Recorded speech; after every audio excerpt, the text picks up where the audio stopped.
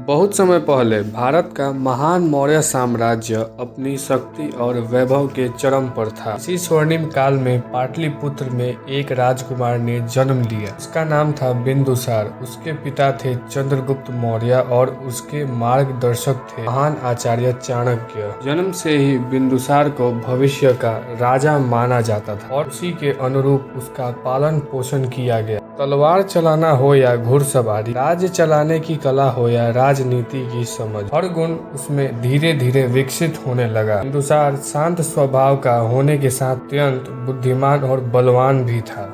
समय बीतता गया और छोटा राजकुमार युवराज बन गया। वह अपने पिता के साथ सीमाओं पर होने वाले छोटे छोटे संघर्षों में शामिल होने लगा। यहीं से उसने युद्ध की कला और सैनिकों की भावना को समझना शुरू किया। उसकी क्षमता को देखकर चाणक्य उसे अमित्रघात कहकर पुकारते थे, जिसका अर्थ है शत्रुओं का विनाश करने वाला। परंतु उसकी प्रकृति में निर्दयता नहीं थी। वह अपने राज्य को शांति और सम्मान से आगे बढ़ते देखने का स्वप्न रखता। धीरे धीरे समय भी आ गया जब चंद्रगुप्त मौर्य ने राजपाट त्याग कर तपस्या का मार्ग चुन लिया। बिंदुसार उस समय लगभग 27 वर्ष का था। राज्य की भाग दौड़ उसे सौंप दी गई। इस प्रकार बिंदुसार मौर्य साम्राज्य का दूसरा सम्राट बना। उसके सामने एक विशाल साम्राज्य खड़ा था जो अफगानिस्तान से लेकर बंगाल तक फैला हुआ था। राज्य संभालते ही बिंदुसार ने अपने साम्राज्य को और भी संगठित और मजबूत बनाने की योजना शुरू की।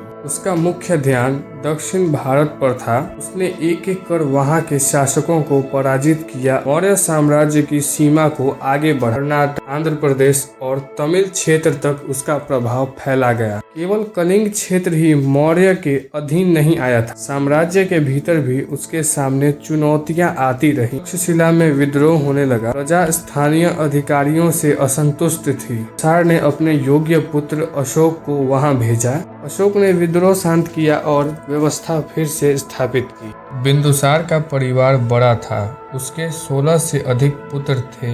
इनमें से अशोक, सुसीम और वित्शोक अधिक प्रसिद्ध हुए। अशोक बचपन से ही प्रतिभाशाली और मजबूत स्वभाव का था। उसने अपने पिता से प्रशासन, युद्ध और कूटनीति की कई महत्वपूर्ण बातें सीखी जो आगे चलकर उसके जीवन की दिशा बदलने वाली थी। बिंदुसार न केवल एक योद्धा था बल्कि एक कुशल राजनयिक भी था। उसका संपर्क यूनानी दुनिया के राजाओं से भी था। उसने कई बार दूर देशों से वस्तुएं मंगवाई। उसका उद्देश्य केवल व्यापार बढ़ाना नहीं था बल्कि संस्कृति संबंधों को भी मजबूत करना था। उसका शासनकाल लगभग 5वीं दशक तक फैला रहा। उसने कर व्यवस्था को ठीक किया, कृषि और व्यापार को बढ़ावा दिया, मार्ग, नगर और बंदरगाहों को सुंदर और सुरक्षित बनवाया, सेना को अनुशासित किया और राज्य को एकजुट रखा। इस शासन में मौर्य साम्राज्य स्थिर और शक्तिशाली बना रहा।